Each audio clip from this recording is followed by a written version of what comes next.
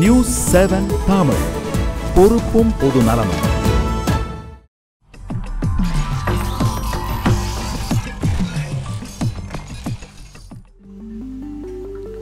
வணக்கம். இது RISTMT கம்பிகள் வழங்கும் கேள்வி நேரம். இந்த நிகழ்ச்சியின் மூலமாக மீண்டும் உங்களை சந்திப்பதில் மிக்க மகிழ்ச்சி. நான் செந்தில். மக்கட்சமூகம் சார்ந்து உங்கள் ஒவ்வொருவருக்குள்ளும் தினமும் ஆயிரக்கணக்கான கேள்விகள் ஓடிக்கொண்டிருக்கின்றன. இந்த கேள்விகளுக்கான விடை காணும் நேரமே இது. ஆக்கப்பூர்வமாகவும் ஆதாரத்தோடும் பல்வேறு துறை சார்ந்த வல்லுநர்களோடு தினமும் 1 மணி நேரம் இந்த அரங்கில் உங்கள் உள்ளங்களில் ஓடிக்கொண்டிருக்கும் கேள்விகளுக்கு விடை காண முயற்சி கொண்டிருக்கின்றோம். அந்த வகையிலே இன்றைய கேள்வி நேரத்தில் நாம் விவாதத்திற்கு எடுத்துக்கொண்டிருக்கக்கூடிய பொருளானது தனிமனித வழிபாடு அதிகரித்துக் கொண்டிருக்கிறதா இந்திய தமிழ் சமூகங்களில்? நம்முடைய பிரதமர் மோடி அவர்களுக்கு கோவில் கட்டப்பட்டிருக்கிறது. இதற்கு அவர் தன்னுடைய மிக கடுமையான கண்டனங்களை பதிவு செய்திருக்கிறார். இதுபோன்ற செயல்களில் ஈடுபடக்கூடாது என்ற ஒரு வாதத்தையும் மறுப்பையும் அவர் தெரிவித்திருக்கிறார். கண்டனத்தை பதிவு செய்திருக்கிறார். மோடிக்கு மட்டுமல்ல, தமிழகத்தில் ஏற்கனவே நடிகைக்கு கோயில் கட்டப்பட்டிருந்தது, நடிகர்களுக்கு கோயில் கட்டப்பட்டிருக்கிறது. இதுபோன்ற ஒரு தனி மனித வழிபாட்டின் மீதான ஆர்வம் எங்கிருந்து தொடங்குகிறது? இது எந்த அளவிற்கு ஆரோக்கியமானது? கொள்கை சார்ந்த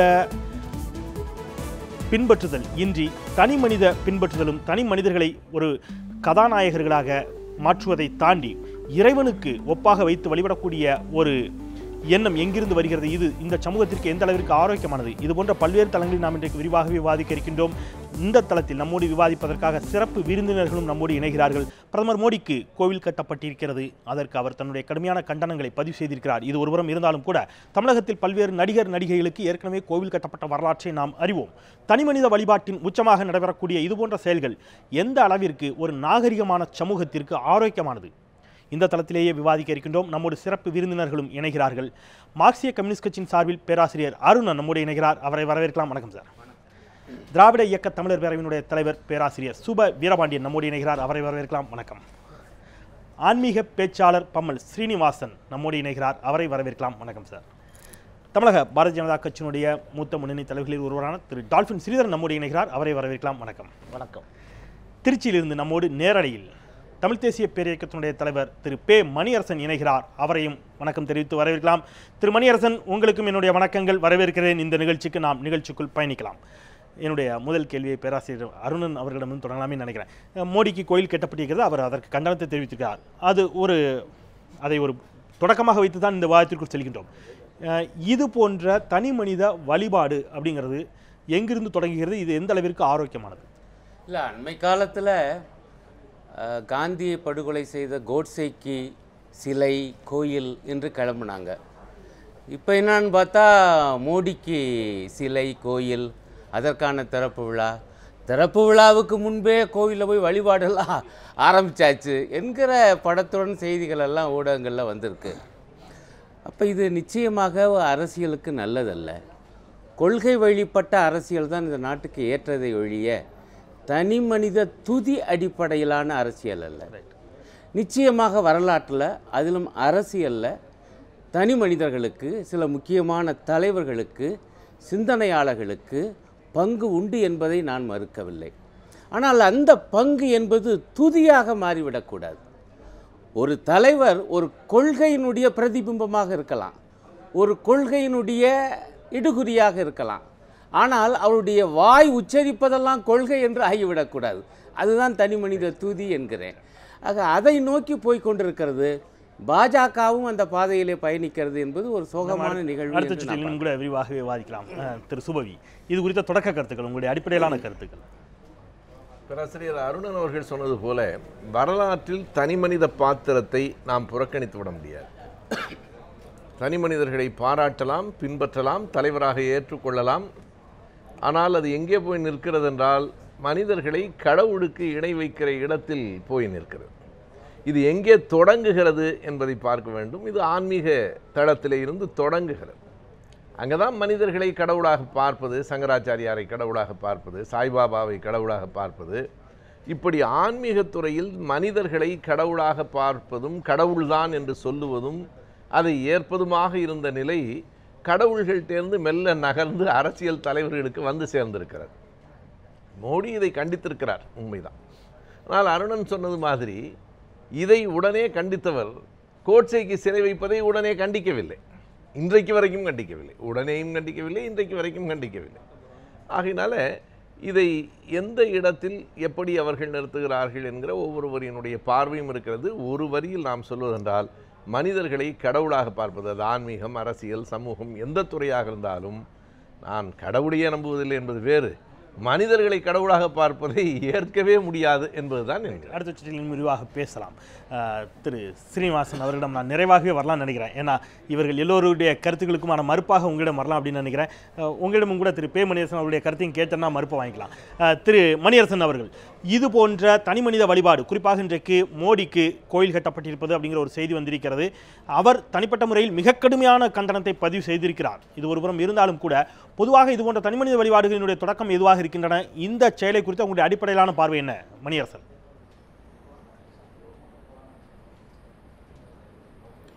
ஆமாம், இது ஒரு விவாதத்தின் தொடக்கமாக மோடிக்கு கோயில் கட்டுவதை நாம் எடுத்துக்கொள்ளலாமே தவிர அதற்கு மேல் இதை பொருள்படுத்த வேண்டியதில்லை என்பது என்னுடைய கருத்து. அதுவும் டெல்லியில் படுதோல்வி அடைந்த பின்னணியில் மோடிக்கு கோயில் என்ற செய்தியை வெளியிட்டிருக்கிறார்கள். எந்த நேரத்திலும் விவாதத்தில் மோடி இருந்து கொண்டே இருக்க வேண்டும் என்ற உள் நோக்கங்களும் இருக்கலாம். எனவே இது ஒரு வாதத்துக்கு தொடக்கம். ஆனால் தலைவர் வழிபாடு என்பது எங்கிருந்து வருகிறது? அதற்கு என்ன சமூக சூழல் என்றால், சொந்த செயலற்றவர்கள், சொந்தமாக செயல்படாதவர்கள், தன்னல நோக்காளர்கள், இவர்களுடைய உளவியல்தான் பிறரை கொண்டு செயல்பட வைத்து தாங்கள் ஆதாயம் அடைய வேண்டும் என்ற நபர்களுடைய உளவியல் தான் வெளியில் வந்து போற்றுவதற்கு பதிலாக, வணங்குவதற்கு பதிலாக துடிப்பது, கடவுளாக மாற்றுவது, அவர் சொல்வதற்கு மாற்று கருத்து இல்லை என்று கொண்டு வருவது என்பதெல்லாம் தன்னலமிகளுடைய சுயநலமிகளுடைய ஒரு உத்தி. அது அப்பாவி மக்கள் சில பேர் இருக்கிறார்கள், உண்மையிலே போற்றக்கூடியவர்கள், அவர்களால் பெரிய பேராபத்தில்லை. தான் செயல்படக்கூடாது, பிறருடைய செல்வாக்கை வைத்து ஆதாயம் அடைய வேண்டும் என்ற நபர்கள் தான் திட்டமிட்டு இதை பரப்புகிறார்கள். தலைவர்கள் பயன்படுத்திக் கொள்கிறார்கள். அடுத்த சுற்றில் இன்னும் விரிவாக பேசலாம் திரு மணியரசன். அடுத்த சுற்றில் நாம் இன்னும் கூட விரிவாக பேசலாம் இதை குறித்து. ஜெயலலிதா பேர் அடுத்த சுற்றில் நாம் விரிவாக விவாதிக்கலாம். நிச்சயமாக அடுத்த சுற்றில் தமிழகத்திற்குள்ளே இருக்கக்கூடிய அரசியல் தலைவர்களுடைய செயல்பாடை குறித்து நாம் அடுத்த சுற்றில் இன்னும் கூட விரிவாக விவாதிக்கலாம். திரு ஸ்ரீதரன் அவர் சொல்றார், தன்னலமிகள் சில தலைவர்களை திருப்திப்படுத்த வேண்டும் என்று நினைப்பவர்கள் இது போன்ற செயல்களில் ஈடுபடுகிறார்கள் அப்படிங்கிற ஒரு வாதத்தை வைக்கிறார். மோடியை தனிப்பட்ட முறையில் இவர் யாரும் விமர்சிக்கவில்லை என்றாலும் கூட, இது ஒரு தொடக்கமாக எடுத்துக்கொண்டாலும் கூட, மோடியை மையப்படுத்திய விவாதங்கள் நடைபெற வேண்டும் அல்லது அந்த செய்திகள் எப்பொழுதும் இருக்க வேண்டும் என்பதற்காக மோடியின் ஆதரவாளர்கள் இது போன்ற செயல்களில் ஈடுபட்டிருக்கலாம் அப்படிங்கிற ஒரு கருத்தை முன்வைக்கிறார்கள். அடிப்படையில் உங்களுடைய பார்வை, இந்த மோடிக்கான கோயில் குறித்தும் பதிவு செய்யுங்கள், பொதுவாக தனிமனித வழிபாடு அப்படிங்கிறத குறித்தும் உங்களுடைய அடிப்படையிலான பார்வை என்ன தொடக்க சுற்றில்? அதாவது நரேந்திர மோடி அவர்கள் நேற்றைக்கு மாலையில் இந்த கோயிலினுடைய திறப்புழாவுக்கான முன்னோட்டமான ஒரு செய்தியாக தொலைக்காட்சியில் வந்ததை பார்த்தவுடன், இன்று காலை தொடர்ச்சியாக ட்விட்டரில் வந்து 2 வரிகளுக்கு மேலே அந்த ட்விட்டரில் தெரிவிக்க முடியாது என்ற காரணத்தினால தொடர்ச்சியாக 4-5 ட்விட்டர் மெசேஜ் கொடுக்குறார், செய்தி கொடுக்குறார். மிகவும் வருந்துகிறேன். இது மிக ஏற்றுக்கொள்ள முடியாத ஒரு விஷயம், வருத்தம் அளிக்கிறது. நம்மளுடைய பாரம்பரியம், நமக்கு அந்த பாரம்பரியத்தில் வந்து இந்த மாதிரி எதுவும் பயிற்சிவிக்கப்படலை, சொல்லிக் கொடுக்கப்படலை. இது ஏற்றுக்கொள்ளவே முடியாத ஒரு தவறான ஒரு நிகழ்வு என்பதை கடுமையாக கண்டிச்சிருக்காரு. உடனடியாக அந்த மாவட்ட நிர்வாகம், ராஜ்கோட் மாவட்ட நிர்வாகம் மூலமாக அந்த இன்றைக்கு மதியத்துக்குள்ளாக அந்த சிலை எல்லாம் இல்லை, நாங்கள் பாரத மாதாவிற்கான சிலையாக அதை மாற்றிவிட்டோம் என்று அந்த சம்பந்தப்பட்ட நிர்வாகிகளை இன்றைக்கு சாயந்தரமே மறுப்பு கொடுத்திருக்கிறார்கள். ஆனால் இதில் நரேந்திர மோடியோ அல்லது அவருடைய ஆதரவாளரோ திட்டமிட்டோ எந்த விதமான ஏற்பாடும் இதை செய்ய நரேந்திர மோடியை பற்றி இங்கே யாரும் அந்த மாதிரியான ஒரு குற்றச்சாட்டை வைக்கவும் இல்லை. அவர் திட்டமிட்டார். நரேந்திர மோடியினுடைய விவாதமாக இது மாற்றப்படுகிறது என்பது எதிர்க்கட்சிகளாலும் அல்லது ஏதாவது விமர்சனம் பண்ண வேண்டும் என்பதற்காக செயல்படுகின்ற இந்த மீடியாக்கள், குறிப்பாக அனைத்து மீடியாக்களும் சேர்ந்து இந்த விஷயம் இன்னைக்கு பெரிய அளவில் பேசப்படுறதுக்கு முன்னாடி இதை விட முக்கியமான விஷயம், இன்றைக்கு அஸ்ஸாமில் நடந்து கொண்டு இருக்கின்ற உள்ளாட்சி தேர்தலினுடைய முடிவு வந்திருக்கிறது. நேற்றைக்கு ஆம் ஆத்மி ஒரே ஒரு கார்பரேஷன் போன்ற ஒரு மாநிலத்தில் வெற்றி பெற்ற உடனே மோடியினுடைய அலை தடுத்து நிறுத்தப்பட்டதா, மோடியினுடைய பிம்பம் சரிந்து விட்டதா என்றெல்லாம் விமர்சனம் அனைத்து தொலைக்காட்சிகளும் வேற எதை பற்றியுமே சிந்திக்காமல் இருந்த நேரத்தில் இன்றைக்கு 740 இடங்களில் கிட்டத்தட்ட 390 இடங்களிலே பாரதிய ஜனதா பெற்றிருக்கிறது. அஸ்ஸாம்ல மிகப்பெரிய இமாலய வெற்றி. உள்ளாட்சி தேர்தலில் 70 இடங்களில் கிட்டத்தட்ட 38 இடங்களில் பெற்றிருக்கிறது மாநகராட்சிகளில். அதை பத்தி நம்ம விவாதமே பண்றதில்லை. அது மோடி அலையா, இதுக்கு மோடி அலைன்னு யாரும் சொல்லவும் இல்லை. ஆனா இது எல்லாமே தனிப்பட்ட நபர்னுடைய தாக்குதலாக மோடியை பொறுத்தவரையிலே பாரதிய ஜனதா வளர்ச்சியினுடைய நாயகனாக தான் நாங்கள் பார்க்கிறோம். திரு ஸ்ரீதரன், ஆனால் மோடியை தனிப்பட்ட முறையில் இந்த விவாதத்தில் யாருமே இதுவரை குற்றம் சொல்லவும் இல்லை. அவர்களே ஒத்துக்கொள்கிறார்கள். பேமணியேசன் உள்ளிட்டவர்கள் அதற்குள் அதை ஒரு தொடக்கமாக எடுத்துக்கொண்டு தனிமனித வழிபாடு என்ற ஒட்டுமொத்தமாகத்தான் தளத்தில் தான் அதை பேச வேண்டிய ஒரு சூழலில் இருக்கிறோம். தனிமனித வழிபாட்டின் மூலமாக சிலர் தங்களுடைய சுய ஆதாயங்களை நிறைவேற்றிக் கொள்ள நினைக்கிறார்கள் அப்படிங்கிற அடிப்படையில் தான் விவாதம் போகிறது. கோட்சே ஆரம்பிக்கும் போது யாரோ ஒருத்தவர் எங்கேயோ ஒருத்தவர் கோட்சே பத்தி ஏதோ சொல்லும் போது பாரதிய ஜனதாவிற்கு சம்பந்தம் இல்லை என்பதை பாரதிய ஜனதா பல தடவை எங்களுடைய தேர்தல் அடுத்த சுற்றில் நிஜமாக அதற்குள் விவாதிக்கலாம். முதல் சுற்றில் திரு ஸ்ரீனிவாசன் அவருடைய கருத்துக்கள்.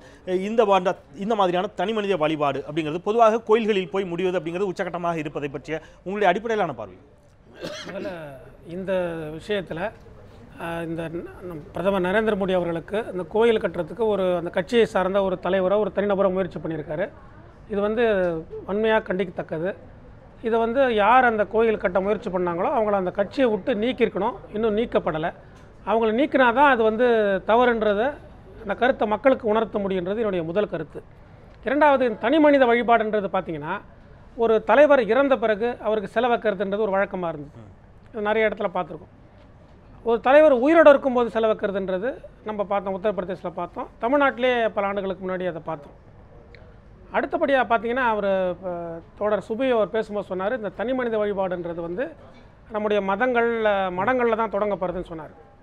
அப்படி அல்ல. தனி மனித வழிபாடுன்றது பார்த்திங்கன்னா அது தவறானதாக இருந்தாலும் கூட நம்முடைய தேசப்பிதா மகாத்மா காந்தி அவர்களிலிருந்து ஜவஹர்லால் நேரு அவர்களிலிருந்து நம்முடைய தமிழ்நாட்டை எடுத்துட்டோன்னா புரட்சித் தலைவர் எம்ஜிஆர் அவர்கள், கலைஞர் அவர்கள், இன்றைக்கி விஜயகாந்த், யாராக இருந்தாலும் தனிநபரை முன்னிறுத்தித்தான் எல்லா விஷயங்களும் இன்றைக்கி அரசியல் தனிநபரை முன்னிறுத்தி தான் செய்யப்படுது. கொள்கைகளை பல நேரங்கள் அவங்க காம்ப்ரமைஸ் பண்ணிக்கிறாங்க. ஒரு கொள்கை யாரும் தொடர்ந்து எந்த தலைவரை பின்பற்றுறது கிடையாது. தேர்தல் தங்கள் கொள்கையை மாற்றிக்கிறாங்க, கூட்டணிகளை மாற்றிக்கிறாங்க. ஸோ கொள்கை அடிப்படையில் எந்த அரசியல் கட்சியும் கிடையாது, ஒரு சில கட்சிகளை தவிர.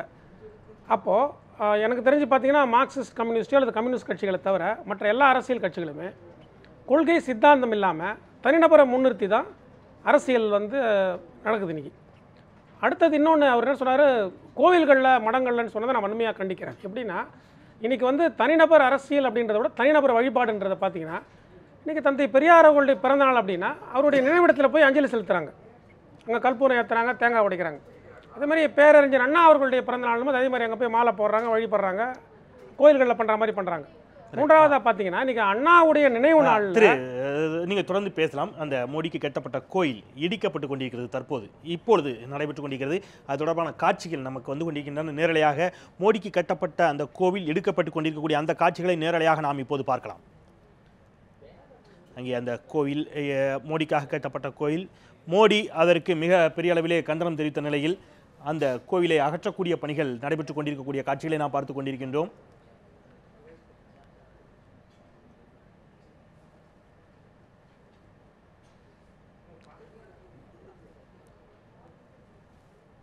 மோடி தன்னுடைய ட்விட்டர் பக்கத்தில் மிக கடுமையாக அதற்கு கண்டனத்தை பதிவு செய்திருந்தார். தனக்கான கோயில் கட்டக்கூடிய இது போன்ற வழக்கங்கள் நம்முடைய பாரம்பரியத்தில் இல்லை என்று அவர் தன்னுடைய கண்டனத்தை பதிவு செய்திருந்த நிலையில் அங்கே அவருக்காக கட்டப்பட்ட அந்த கோவிலை இடித்துக் கொண்டிருக்கிறார்கள். அந்த கோயிலினுடைய மேற்கூரைகள் பிரிக்கப்பட்டு கொண்டிருக்கின்ற தற்போது நடைபெற்றுக் கொண்டிருக்கக்கூடிய காட்சிகள் இவை நேரலையாக நாம் பார்த்து கொண்டிருக்கின்றோம். நல்லது, நாம் தொடர்ந்து விவாதத்திற்குள் பயணிக்கலாம். இப்போது அங்கே கோயில் அவர் சொன்னார், அது மிக கடுமையான கண்டனத்தை தெரிவித்தால் நீங்கள் அதை கட்சியை விட்டு நீக்கணும் அப்படின்னு. நான் மீண்டும் சொல்வது, இங்கே யாருமே மோடியை தனிப்பட்ட முறையில் இங்கே குற்றம் சாட்டவில்லை அப்படிங்கிறத எல்லோருமே தெளிவாக வைத்து விட்டார்கள். மோடியை பிரதானப்படுத்தி இந்த நேரத்தில் மோடிக்காக கோயில் கட்டப்பட்டதால் அதை ஒட்டி தனிமனித வழிபாட்டை பிரதானப்படுத்துவது மட்டுமே நம்முடைய நோக்கம். இங்கே நடிகர்களுக்கு கோயில் கட்டப்பட்டிருக்கின்றன. தலைவர் அவர் ஸ்ரீனிவாசன் ஒரு வாதத்தை முன்வைக்கிறார். தனி மனித வழிபாடு அப்படிங்கிறது கோயில் கட்டுவதை மட்டுமாகவே நம்ம சுருக்கி பார்த்துவிட முடியாது. இங்கே இருக்கக்கூடிய எல்லா தலைவர்களும் கொள்கைகளுக்கு அப்பாற்பட்டு தனி மனிதர்களை மட்டுமே முன்னிறுத்துவது கூட தனி மனித வழிபாடு தான் அப்படிங்கிற ஒரு வாதத்தை வைக்கிறார். இது போன்ற வாதங்கள், கொள்கைகளை நம்பாமல் தனி மனிதர்களை நம்புவது அப்படிங்கிறது எந்த அளவிற்கு ஆரோக்கியமானது என்ற வாதத்திற்குள் செல்லலாம் அடுத்த சுற்றுகளில் ஒரு சிறிய இடைவேளைக்கு பிறகு. தனிமனித வழிபாடு ஆரோக்கியமான ஒரு சூழலை ஏற்படுத்துமா நாகரிகமான ஒரு சமூகத்திற்கு? பேசலாம் ஒரு சிறிய இடைவேளைக்கு பிறகு.